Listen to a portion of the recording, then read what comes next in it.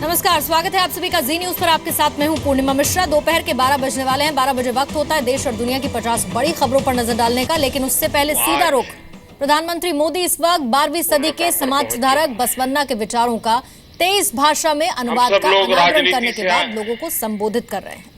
दलदल में डूबे हुए लोग हैं।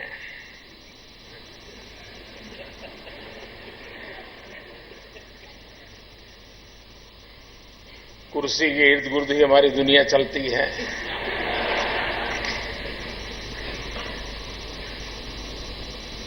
और अक्सर हमने देखा है कि जब कोई राजनेता, कोई राजपुरुष उनका स्वर्गवास होता है, विदाई लेता है, तो बड़ी गंभीर चेहरे के साथ उनके परिवारजन जनता जनार्दन के सामने कहते हैं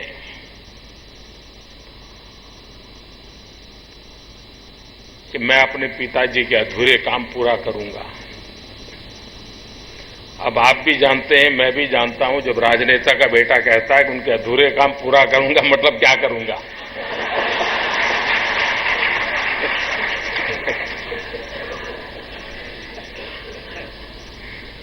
राजनीतिक दल के लोग भी जानते हैं कि इसने जब कह दिया कि मैं उनके अधूरे काम पूरा करूंगा, तो इसका मतलब क्या होता है।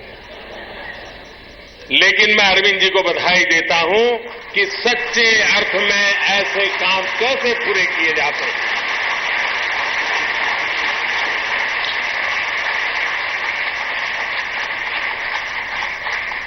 इस देश के उपराष्ट्रपति पद पर गौरवपूर्ण जिसने जीवन बिताया देश जिनको याद करता है, उनका बेटा पिता के अधूरे काम पूरा करने का मतलब होता है भगवान बसवराज की बात को जन जन तक पहुंचाना, हिंदुस्तान के कोने कोने तक पहुंचाना, आने वाली पीढ़ियों के पास पहुंचाना।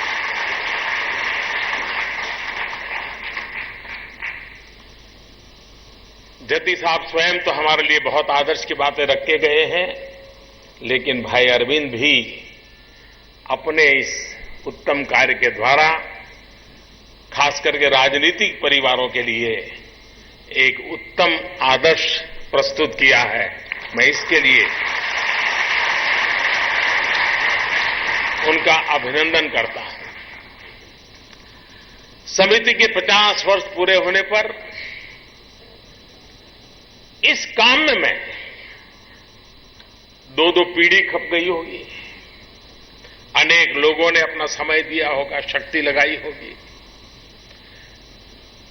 50 साल दरमियान जिन जिन लोगों ने जो जो योगदान दिया है, उन सब का भी मैं हृदय से आज अभिनंदन करना चाहता हूं, उनको बधाई देना चाहता हूं। मेरे प्यारे भाइयों बहनों, भारत का इतिहास सिर्फ हार का इतिहास नहीं है, पराजय का इतिहास नहीं है, सिर्फ गुलामी का इतिहास नहीं है, सिर्फ जुल्म अत्याचार झेलने वालों का इतिहास नहीं है, सिर्फ गरीबी, भूखमरी और अशिक्षा और सांप और नेवले की लड़ाई का इतिहास भी नहीं है। समय के साथ अलग अलग कालखंडों में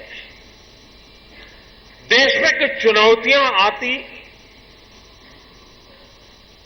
कुछ यही पैर जमा कर बैठ भी गई, लेकिन ये समस्याएं, ये कमियां, ये बुराइयां, ये हमारी पहचान नहीं है। हमारी पहचान है इन समस्याओं को निपटने का हमारा तरीका, हमारा अप्रोच। भारत वो देश है जिसने पूरे विश्व को मानवता का, लोकतंत्र का, गुड गवर्नेंस का, अहिंसा का, सत्याग्रह का संदेश दिया है। अलग अलग समय पर हमारे देश में ऐसी महान आत्माएं अवतरित होती रही जिन्होंने संपूर्ण मानवता को अपने विचारों से, अपने जीवन से दिशा दिखाई है। जब दुनिया के बड़े बड़े देशों ने, पश्चिम के बड़े बड़े जानकारों ने लोकतंत्र को, सबको बराबरी के अधिकार को एक नए नजरिए के तौर पर देखना शुरू किया, उससे भी सदियों पहले, और कोई भी हिंदुस्तानी इस बात को गर्व के साथ कह सकता है, उससे भी सदियों पहले भारत ने इन मूल्यों का न सिर्फ आत्मसात किया, बल्कि अपनी शासन पद्धति में शामिल भी किया था। 11वीं शताब्दी में भगवान बसवेश्वर ने भी एक लोकतांत्रिक व्यवस्था का सृजन किया।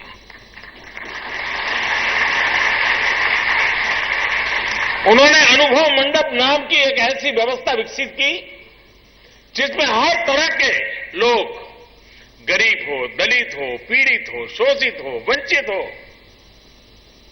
वहां आकर के सबके सामने अपने विचार रख सकते थे। यह तो लोकतंत्र की कितनी बड़ी अद्भुत शक्ति थी। एक तरह से यह देश की पहली संसद थी।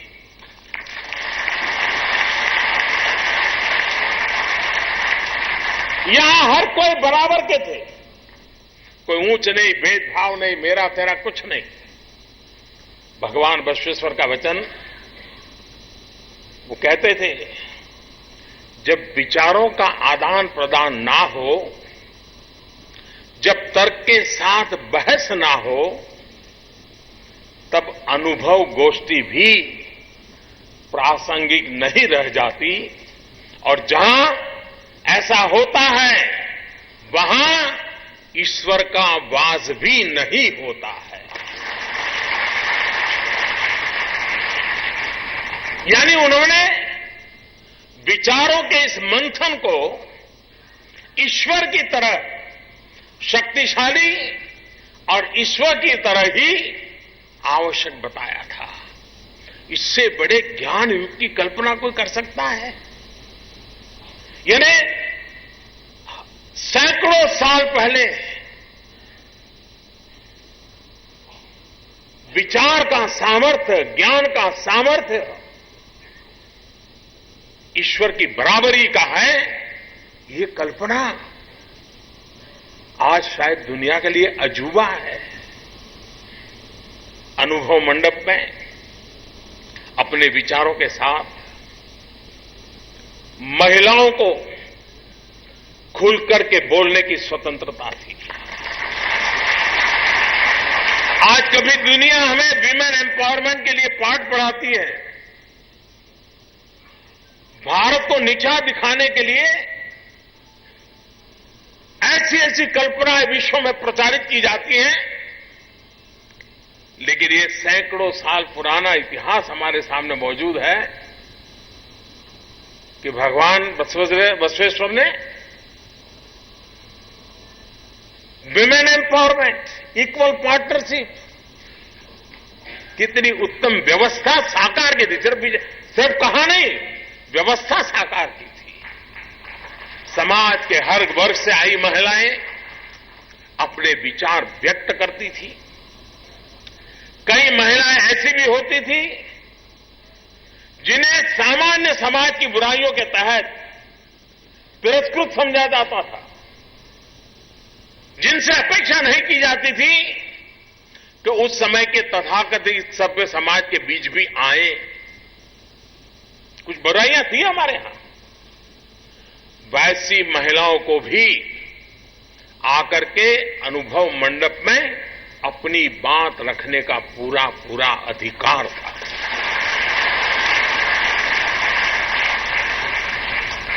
महिला सशक्तिकरण को लेकर उस दौर में ये कितना बड़ा प्रयास था, कितना बड़ा आंदोलन था, हम अंदाज लगा सकते हैं। और हमारे देश की विशेषता रही है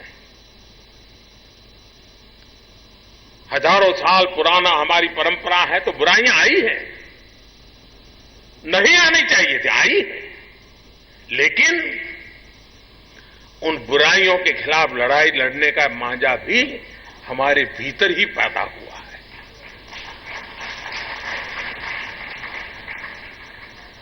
जिस समय राजा राममोहन राय ने विधवा विवाह की बात रखी होगी, उस समय के समाज ने कितना उनकी आलोचना की होगी, कितनी कठिनाइयां आई होगी, लेकिन वो अड़े रहे। माताओं बहनों के साथ एक घोर अन्याय है, अपराध है समाज का, ये जाना चाहिए, करके दिखाया। और इसलिए मैं कभी कभी सोचता हूं, 3 तलाक को लेकर के आज इतनी बड़ी बहस चल रही है,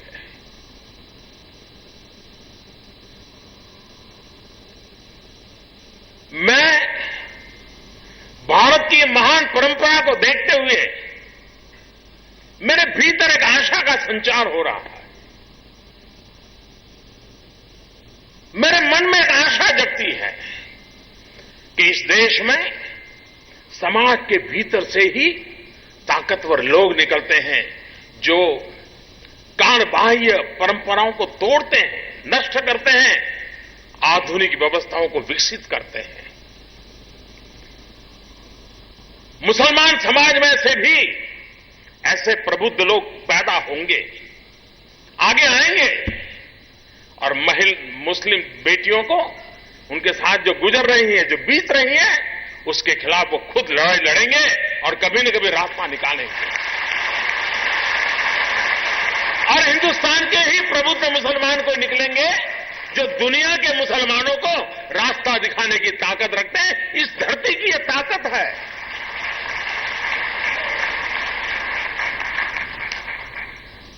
और तभी तो उस कालखंड में ऊंच नीच छूत अछूत चलता होगा, तब भी भगवान बसवेश्वर कहते थे, नहीं, उस अनुभव मंडप में आकर के उस महिला को भी अपनी बात कहने का हक है। सदियों पहले ये भारत की मिट्टी की ताकत है कि 3 तलाक के संकट से गुजर रही हमारी माताओं बहनों को भी बचाने के लिए उसी समाज से लोग आएंगे। और मैं मुसलमान समाज के लोगों से भी आग्रह करूंगा कि इस मसले को राजनीति के दायरे में मत जाने दीजिए।